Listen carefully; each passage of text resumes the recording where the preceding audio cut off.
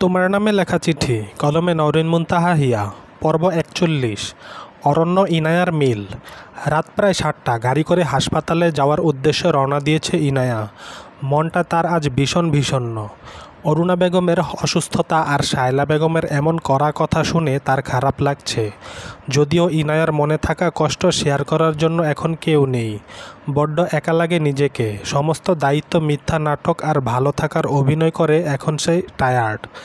গাড়িতে যখন ইনায়া উদাসীন হয়ে বসেছিল তখন হঠাৎ তার ফোনে কল আসে। হাসপাতালে থাকা ডক্টর তাকে কল করেছে, যা দেখে ইনায়া ভয় পেয়ে যায়। ডক্টর জরুরি প্রয়োজন ছাড়া তাকে কল দেয় না। তবে কি অরণ্যর? ইনায়া আর ভাবতে পারে না। সে তাড়াতাড়ি করে ফোন রিসিভ করে ভায়ার্ত কণ্ঠে বলে, ডক্টর আপনি হঠাৎ কল করলেন? অরণ্যর কি কিছু হয়েছে ডক্টর? ইনায়া ম্যাম, ওই অরণ্য স্যার। অরণ্য কি হয়েছে ডক্টর? আপনি অপেক্ষা করুন, আমি হাসপাতালে আসছি এখনই। ম্যাম, অরণ্য স্যারের জ্ঞান ফিরেছে। উনি কোমা থেকে বের হয়ে এসেছে। হোয়াট? ডক্টরের বলা কথাটা ইনায়ার বিশ্বাস হয় না। প্রায় ২ বছর পর অরণ্য কোমায় থেকে বের হয়ে এসেছে। এরপর ডক্টর বলেছে ইনায়া তা শুনতে পায় না। তার কানে শুধু অরণ্যর নাম ভেসে আসছে। তার অরণ্য ফিরে এসেছে। এই কথাটা ভেবেই ইনায়ার মনে থাকা সমস্ত কষ্ট, দুঃখ, বিষণ্ণতা দূরে হয়ে যায়। তার উদাসীন মনে আবার সুখের আগমন হয়। অশ্রুঝরা ২ আখিতে এখন শুধু অরণ্যকে দেখার অপেক্ষা করছে। ডক্টর অল্প সময় কথা বলে ফোন রেখে দেয়। ইনায়া বুঝি ডক্টরের সব কথা শুনতে পায় নাই। ইনায়া ফোন কানে ধরা অবস্থায় গাড়ির ড্রাইভারকে উদ্দেশ্য করে বলে, ড্রাইভার গাড়ির গতি বাড়াও, তাড়াতাড়ি হাসপাতালে পৌঁছতে হবে। Come on fast. ড্রাইভার গাড়ির গতি বাড়িয়ে দেয়। ইনায়া তাকে সর্বোচ্চ দ্রুত গতিতে গাড়ি চালানোর কথা বলে। গাড়ি এখন অনেক দ্রুত চলছে। হাসপাতাল থেকে প্রায় ৩০ মিনিটের দূরে তারা রয়েছে। তবুও ইনায়ার শান্তি লাগছে না। তার অপেক্ষার প্রহর যেন শেষ হচ্ছে না। ভালোবাসার মানুষকে একবার জড়িয়ে ধরার জন্য, তাকে এক নজর চোখে দেখার জন্য। যে মন কতটা ছটফট করে তা ইনায়া বুঝতে পারছে। ইনায়া ফোন বের করে ইভানকে কল দেয়। ইভান এখনও কম্পিউটারে বসে কাজ করে যাচ্ছে। ফোন অনবরত বেজে যাচ্ছে।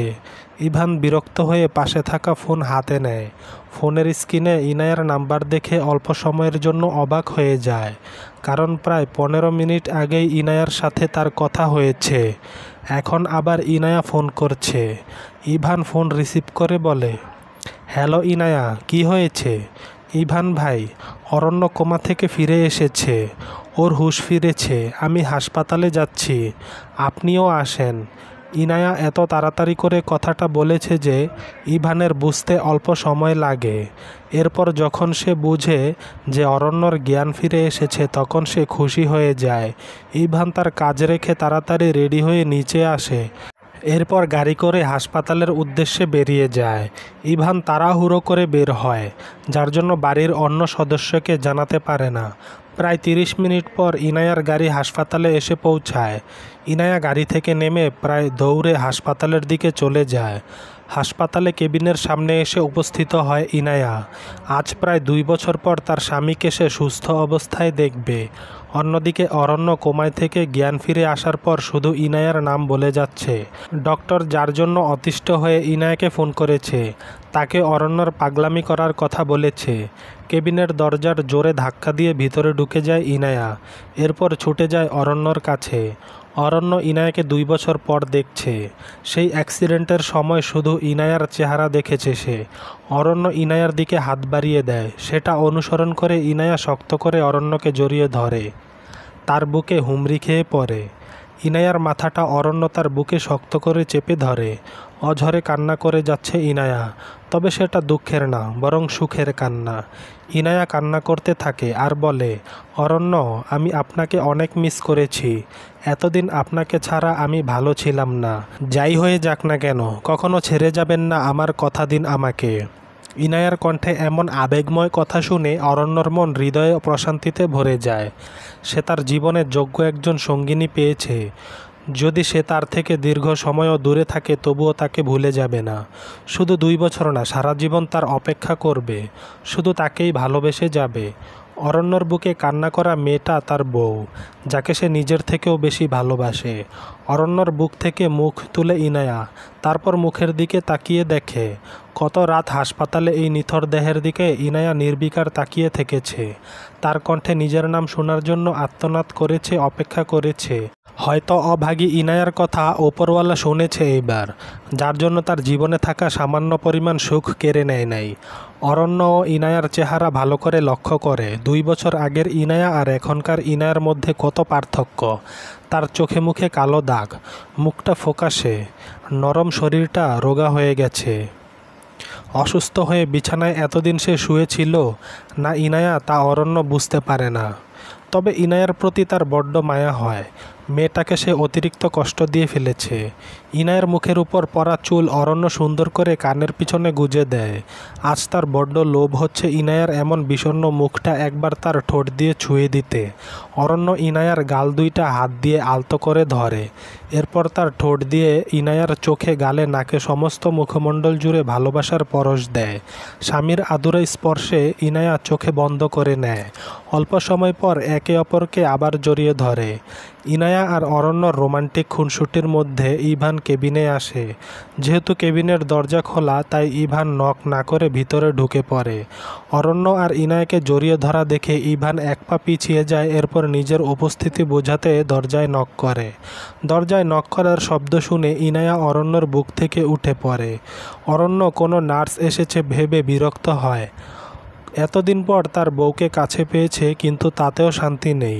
অরণ্য বিরক্তি নিয়ে চোখ খুলে সামনে থাকা মানুষটার দিকে তাকিয়ে সে অবাক হয়ে যায়। তার বিশ্বাস হচ্ছে না ইভান চৌধুরী তার সামনে দাঁড়িয়ে রয়েছে। ইনায়া ইভানকে দেখে অরণ্যর থেকে দূরে সরে যায়। যতই হোক ইভান তার ভাসুর হয়, তার সামনে এমন করে জড়িয়ে ধরা ঠিক নয়। ইভান হাসি মুখে নিয়ে এগিয়ে আসে অরণ্যর কাছে। এরপর বলে, কেমন আছো অরণ্য? তোমার শরীর ঠিক আছে এখন? ডক্টর কি বলেছে? অরণ্য কি উত্তর দিবে সে শুধু অবাক হয়ে ইভানের দিকে তাকিয়ে রয়েছে। মানে ইভান চৌধুরী তার চিরশত্রু, তার সতীন, তাকে দেখার জন্য হাসপাতালে এসেছে। বিষয়টা বিশ্বাস করতে কষ্ট হচ্ছে অরণ্যর। সে কিছুটা সময় ইভানের দিকে তাকিয়ে থাকে। এতটা সময় হয়তো ইনায়াকেও দেখে নাই যতটা সে ইভানকে দেখে যাচ্ছে। এরপর অরণ্য শান্ত হয়ে বলে, আই এম অল রাইট, কিন্তু ইভান চৌধুরী হঠাৎ আমাকে দেখতে কেন এসেছে আর আমার সুস্থতার বিষয়ে জানতে চাইছে, কথাটা বিশ্বাস হচ্ছে না। অরণ্যর কথা শুনে ইভান কিছু বলতে যাবে, এর আগেই ইনায়া ধমকের সুরে অরণ্যকে বলে, অরণ্য, ইভান ভাই আপনার বড় ভাই হয়। আপনি এতদিন অসুস্থ ছিলেন, এখন সুস্থ হয়েছেন, যার জন্য উনি আপনার সাথে দেখা করতে এসেছে। এখানে বিশ্বাস না করার কি আছে? ইনায়ার ধমক শুনে ইভান বলে, আরে ইনায়া, অরণ্যকে কেন এমন করে বলছো? ওর কোনো দোষ নেই। আসলে আমার আব্বু অরণ্য বা তার পরিবারের সাথে যা করেছে তা অন্যায়। আর 2 বছরে অনেক কিছু পরিবর্তন হয়েছে যা অরণ্যর অজানা। ইভান ইনায়ার কথা শুনে অরণ্যর বিশ্বাস হচ্ছে না। তারা একে অপরের সাথে এত সুন্দর করে কথা বলছে। প্রায় 5 মিনিট ইভান অরণ্য আর ইনায়ার সাথে কথা বলে। এরপর কেবিন থেকে বের হয়ে যায়। অরণ্য মনে মনে বলে, এইটা ভাই না সতীন। এতদিন পর বউকে একটু আদর করছিলাম, সেটার 12টা বাজিয়ে দিল। তবে সব প্রতিশোধ এখন আমি নিব। শুধু কয়েকটা দিন অপেক্ষা কর। তোকে যদি আমি আমার 10 বাচ্চার মামা না বানাই, তবে আমার নাম অরণ্যরাজ চৌধুরী না। আমার 10টা বাচ্চা তোকে দিনে 24 ঘন্টা তোকে মামা মামা বলে ডাকবে। তখন গিয়ে প্রতিশোধ পূরণ হবে। চলবে। গল্পটি কেমন হয়েছে লাইক ও মন্তব্য করে অবশ্যই জানাতে ভুলবেন না। চ্যানেলটি সাবস্ক্রাইব করে পাশে থাকবেন। ধন্যবাদ।